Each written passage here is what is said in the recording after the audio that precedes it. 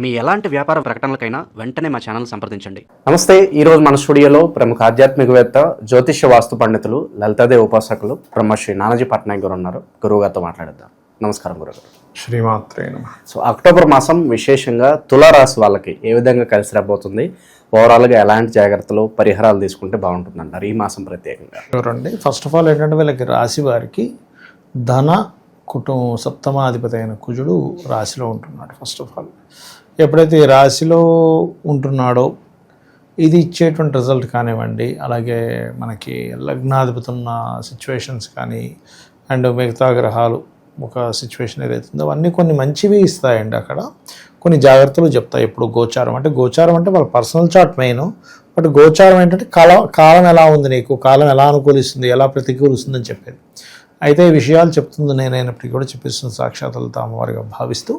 First of all ఏంటంటే ఇక్కడ లగ్నం మీద కుజుడు దృష్టి అనేటువంటిది పార్ట్నర్స్ లేనట్లయితే జీవిత భాగస్వామి, బిజినెస్ పార్ట్నర్స్ వాళ్ళ యొక్క ప్రెజర్ ఎక్కువగా ఉంటుంది, అందులో పర్టికులర్గా ఫైనాన్షియల్ రిలేటెడ్ డీల్స్ విషయంలో.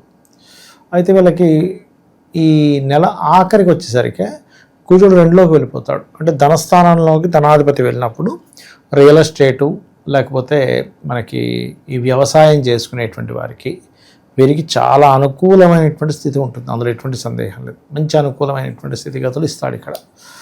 అట్లాగే వీరికి దశమ స్థానంలోకి గురువు అంటే వృత్తి స్థానంలోకి ఎగ్జాల్ట్ అవుతున్నాడు గురువు 27వ తేదీ, అక్టోబర్ 27వ తేదీ. కాబట్టి రోజులు గడుస్తున్నా కొద్ది ఈ నెలలో ఎండింగ్ వచ్చేసరికి ఏదైనా ఒక ఉద్యోగం విషయంలోని కొంత గ్రోత్ అనేటువంటిది ఉంటుందని చెప్పొచ్చు. ఎందుకంటే దశమంలో ఎగ్జాల్టెడ్ కదా. కాకపోతే వీళ్ళకి ఈ లగ్నాధిపతి మొట్టమొదటిగా కేతుతో ఉండడం, దాని తర్వాత నీచబడ్డం, ఇవన్నీ ఏం చేస్తుంది ఏంటి తులాలగ్నం వారికి అని చెప్పి చూసుకున్నట్లు, తులా రాశి కావచ్చు లగ్నం వారికి ప్రధానంగా ఇక్కడ కేతువుతో ఉన్నందుకు మీరు లక్ష్మీ గణపతిని ఆరాధన చేస్తే కానీ సక్సెస్ అనేది ముందుకు కదలదు, ఎక్కడో స్ట్రక్ అయిపోయినట్టుగా ఉంటుంటుంది. ఎందుకంటే లగ్నాధిపతి లాభంలో ఉంటూ కేతువుతో ఉన్నాడు కదా దీని మూలంగా. అయితే వీరు 9వ తేదీ తర్వాత శుక్రుడు వీళ్ళ లగ్న అష్టమాధిపతి నీచ పొందుతున్నాడు కాబట్టి 9 తర్వాత అంటే 9వ తేదీ తర్వాత నుంచి అక్టోబర్ మాసంలో వీళ్ళ తండ్రి గారి ఆస్తికి సంబంధించిన విషయంలో లేనట్లయితే వీళ్ళ యొక్క తాతగారి ప్రాపర్టీ రిలేటెడ్ సంబంధించినటువంటి అంశాలలో చాలా చాలా చాలా కేర్గా ఉండాలి.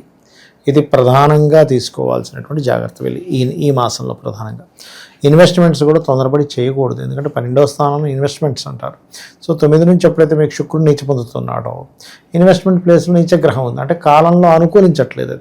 అంటే పెట్టే ఇన్వెస్ట్మెంట్ వల్ల అయ్యో ఏదో సడన్గా పెట్టేశాను, తొందరపడి పెట్టానంటే ఈ ఆలోచనలు ఎక్కువ తిరుగుతూ ఉంటాయి. కాబట్టి ఈ విషయంలో చాలా కేర్గా ఉండాలి. అయితే వీళ్ళు వద్దన్నా సరే కొన్నిసార్లు ఏమవుతుందంటే అవతల వాళ్ళు లేదు మేము సంబంధం చేసుకుంటాను కొంచెం బతిమిలాడేసి అలా చేసి ఇలా చేసి తొందరగా సంబంధం సెట్ చేసుకోవాలనే దాని మీద వాళ్ళు ఎక్కువగా వీళ్ళ మీద ప్రభావం చూపిస్తూ ఉంటారు.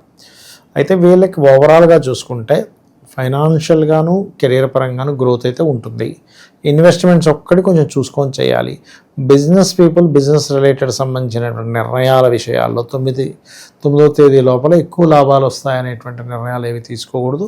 9 తర్వాత ఏమో నీచబడుతున్నాడు అని చెప్పుకున్నాం ఆ విషయంలో. కాకపోతే నీచబడ్డే శుక్రుడు ఏమి ఇస్తాడంటే విదేశీ యోగాన్ని ఇస్తాడు. మళ్ళీ సినిమా ఫీల్డ్ వాళ్ళకి మంచిదే నీచబడ్డ శుక్రుడు. కాకపోతే ఇక్కడ ఏమవుద్దంటే 12వ స్థానం కాబట్టి స్త్రీలు కొంచెం జాగ్రత్తగా ఉండాలి ఈ మాసంలో.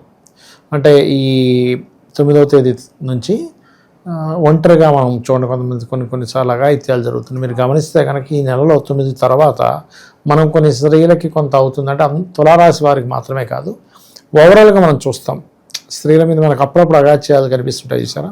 అటువంటివి కొంచెం ఈ మాసంలో 9వ తేదీ నుంచి ఒక 25 రోజుల పాటు జాగ్రత్తగా ఉండాలనేది గ్రహస్థితి చూపిస్తుంది.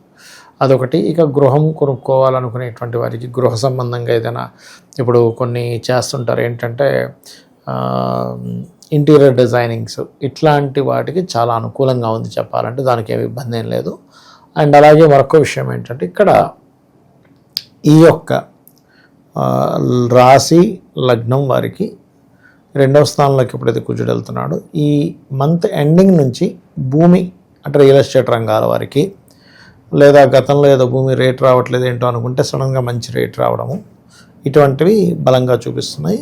అయితే గర్భవతులు మాత్రం కొంచెం ఈ ఐయుఐలు ఐవీఎఫ్లు చేయించుకునేటువంటి వారు మాత్రం ఖచ్చితంగా జాగ్రత్త తీసుకోవాలి. బికాజ్ ఆఫ్ పంచమంలో రాహు ఉన్నాడు, లగ్నంలో కూర్చున్నాడు. అంటే లగ్న పంచమాల్లో కంప్లీట్ డిఫరెంట్ గ్రహాలు ఉన్నాయి. అంటే జీవుడు ఇదే స్త్రీ కావచ్చు, పురుషుడు కావచ్చు, వాళ్ళ సంతానం స్థానంలో ఉండే గ్రహాలకి వీళ్ళ లగ్నంలో ఉండే గ్రహాలకి కంప్లీట్ రివర్స్ ప్లానెట్స్ అంటారు వాటిని. అలా ఉన్నప్పుడు ఏమవుతుందంటే ఇప్పుడు లగ్న సప్తమాల్లో ఉంటే జీవిత భాగస్వామికి వ్యక్తిగా అర్థం సరిపోదు.